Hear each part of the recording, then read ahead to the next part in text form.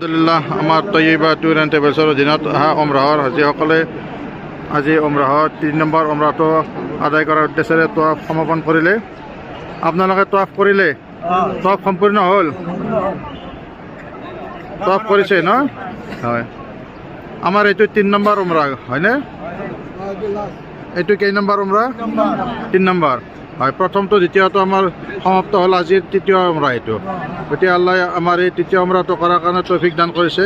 আল্লাহৰ ওচৰত শুক্ৰিয়া আদায় কৰিছোঁ। আল্লাহ আমাক গোটেইখিনি কাম কাজ সহজভাৱে কৰাত সহায় কৰিছে ইনশাল্লাহ। গতিকে আল্লাহ আৰু বাকী যিখিনি আবাদত কৰিব লগা আছে, যিকেইটা দিন আমি ইয়াতে জিয়াৰত কৰিম, যিমান দিন ইয়াতে থাকিম, যিমান দিন আমি দোৱা দৌৰত কৰিম, এই সকলোবিলাক যাতে দোৱা দৌৰত আল্লাহ আমাৰ সহজ কৰি দিয়ে, কৰিবৰ কাৰণে আবাদতবিলাক কৰাত সহজ কৰি দিয়ে। আৰু সকলোবিলাক আবাদত সহজ কৰি দিয়াৰ উপৰি আমি যিমানবিলাক দোৱা নিজৰ কাৰণে, আনৰ কাৰণে, সকলোৰ ভালৰ কাৰণে কৰি আছোঁ, এই সকলোবিলাক দোৱা যাতে আল্লাহ কবুল কৰে। আমিন।